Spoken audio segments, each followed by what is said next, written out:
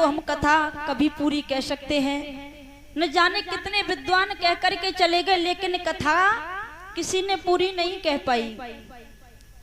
कथा को हम सिर्फ विराम लगाते हैं, ना कि पूरी करते हैं। तो बताते हैं, श्री परीक्षित महाराज कहते हैं, श्री सुखदेव जी महाराज, मुझे आपने अब तक बहुत सुंदर सुंदर कथा श्रवण कराई। आप मुझे ये बताइए कि ये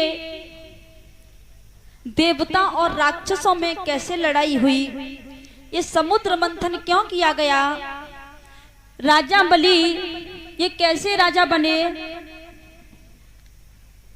तो बताते हैं महाराज,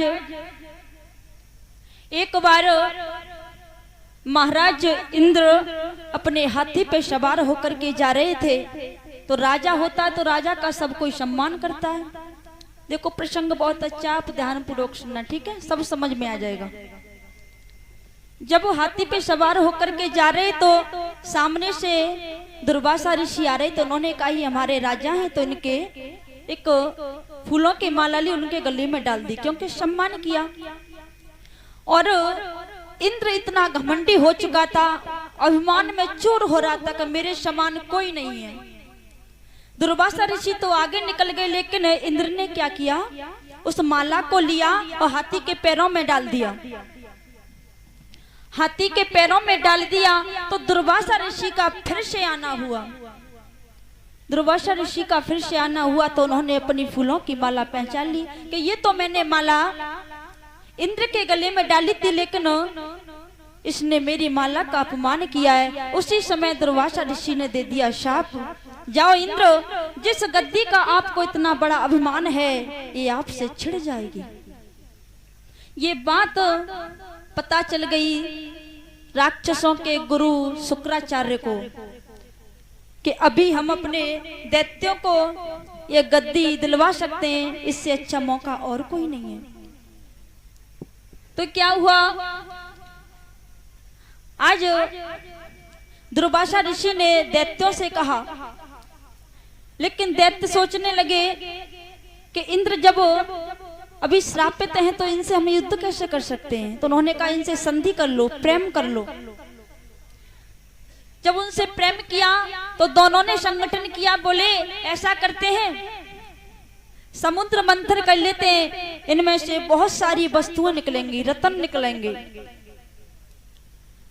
तो ये बात दैत्यों के गुरु शुक्राचार्य भी जानते थे कि दैत्यों के बस की बात नहीं है जो कि अकेले ही समुद्र मंथन को कर लें। तो आज दैत्यों ने और देवताओं ने सलाह बनाई। तो आज मंदराचल पर्वत को रई बनाया और बांस की नाक को रस्सी बनाया। तो भगवान विष्णु ने अपने देवताओं से कहा, देवताओं इन दैत्यों के सामने एक जिद करना। बोले कौन सी? ये कहना कि हम नाग के मुख की तरफ खड़े होंगे। जब देवताओं ने ये जिद मचाई कि हम तो नाग के मुख की तरफ जाएंगे, तो दैत्य तो बेवकूफ होते ही उन्होंने कहा कि नहीं हम जाएंगे। तब पूंछ की तरफ देवता गए और मुंह की तरफ दैत्य गए। ये बताओ बाबा कथा समझ में आ रही है? अच्छा हाथ कर दे करो बस समझ में आए तो। नहीं हम बके जाए तो समझ में नहीं आए। हाँ जब तुम्हारी कथा समझ में आएगी तो हमारा मन लगेगा, नहीं आएगी तो हम वैसे ही बकबका के चले जाएंगे। तो बता दिया करो, नहीं आए तो हाथ ला दिया करो, आ जाए तो खोपड़ी ला दिया करो, ठीक है। तो जब दैत्य मुख की तरफ लगे और देवता पूंछ की तरफ, तो सबसे पहले जब उसका मंथन किया गया तो मंदराचल पर्वत नीचे समुद्र में डूबता जा रहा था। तो भगवान ने उसी समय कच्छप रूप धारण किया और अपनी पीठ पर वो चलाया। आज मंथन करने लगे तो सबसे पहले उसके मुख से विष निकला। जैसे ही विष निकला तो कुछ दैत्य उस समय मारे गए। तब उन्होंने कहा इसमें से कोई भी वस्तु निकलेगी उसका हमें सदुपयोग करना है, न कि दुरुपयोग। तो उसमें से कामधेनु गाय भी निकली जो ब्राह्मणों को दे दी गई। उसमें से ऐरावत हाथी भी निकला जो इंद्र को दे दिया। उसमें से कौस्तुभ मणि निकली जो भगवान विष्णु को दे दी। आज उसमें से इसी तरीके से रत्न निकलते जा रहे हैं और आपस में बांटते जा रहे हैं। तभी एक अमृत का कलश निकला तो दैत्य झगड़ने लगे कि ये तो हमें लेना है क्योंकि हमें अमर बनना है। तब भगवान ने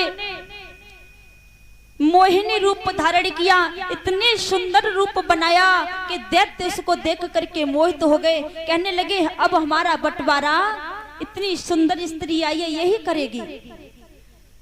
आज भगवान इतने सुंदर रूप में उस कलश को लिया। कहने लगे अरे दैत्यो मेरी बात मानोगे कि हाँ? तो एक काम करो, ये जो अमृत है ना जो ऊपर है इसमें तो पानी है, जो असली जो अमृत है नीचे है, इसलिए आप लाइन लगा करके बैठ जाइए। तो इधर जो ऊपर का था वो दैत्यों को पिला दिया और जो नीचे का था वो देवताओं को पिला दिया। लेकिन उस दैत्यों में से एक दैत्य बड़ा ही चतुर था, वो देवताओं की लाइन में बैठ गया। जैसे ही वो बैठ गया तो वो भी अमर हो गया।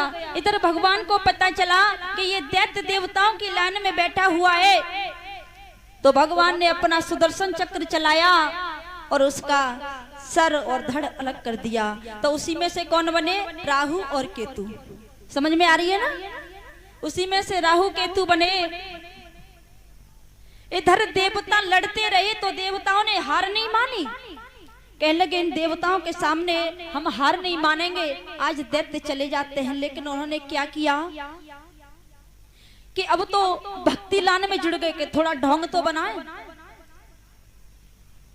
तो इनका राजा था बलि, तो बलि ने बड़े ही अच्छे अच्छे काम किए, धर्म कार्य किए, भगवान के यज्ञ करने लगा। तो उससे उनके गुरु ने कह दिया शुक्राचार्य ने कि आप 100 यज्ञ कर दीजिए, इससे तुम्हें इंद्रासन मिल जाएगा। जब 99 यज्ञ राजा बलि के पूरे हो गए, 100वें यज्ञ की तैयारी थी, तो इंद्र रोते रोते भगवान विष्णु के पास में पहुंच गए। प्रभु ये क्या कर रहे हो? भगवान विष्णु कहने लगे अगर बलि राजा बन जाएगा तब तुम्हारी काय को नानी मर रही है। बोली अच्छा कुछ भी हो जाए। आज इधर दैत्यों की मैया थी दिति और देवताओं की माता थी अदिति। अदिति कहने लगी मेरे बेटाओं का पूरा राज्य छिना जा रहा है। भगवान की आराधना की तो भगवान विष्णु ने उनकी पुकार को सुना और 52 रूप में उन्होंने अवतार लिया। बोलिए बामन भगवान की। तो एक छोटा सा कीर्तन, उसके आगे एक कथा।